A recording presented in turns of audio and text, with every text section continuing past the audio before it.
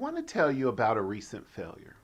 I was in a city that wasn't my own, and I was looking for a charging station for my car. I was low on charge, and all the maps were sending me to the wrong place. And then I saw a police officer. Thank you, God. I pulled up beside him, rolled down my window, made eye contact, and before I could say anything, the light changed. And off he went. Okay, maybe he didn't see me. Maybe he didn't want to back up the traffic. But guess what? We both get to the next light. Same thing. Roll down my window, make eye contact, only this time he rolls down his window. And before I could ask him anything, he bites my head off. He starts yelling at me. Yeah, a police officer. Now stay with me, because this isn't going where you might think. I would love to tell you that I responded with Christian kindness and a spirit of patience. And I would love to tell you that the four-letter word I used in my response was love. It wasn't.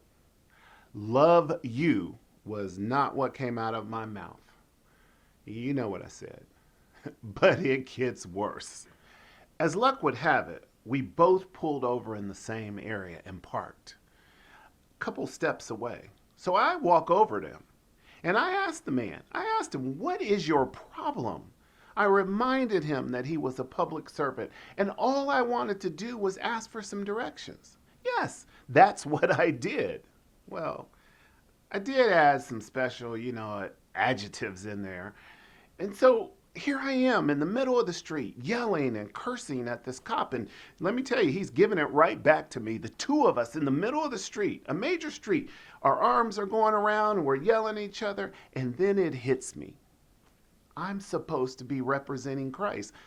I'm the chairman of Faith First. And look at me. But then I justified. I said, God, come on. This dude here, come on. Come on. Well, God didn't really give me the answer I was looking for.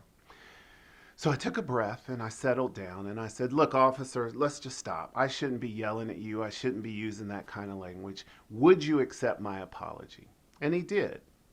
And then I looked at him and I said, is there anything you want to say to me? He looked me dead in the eye and said, no.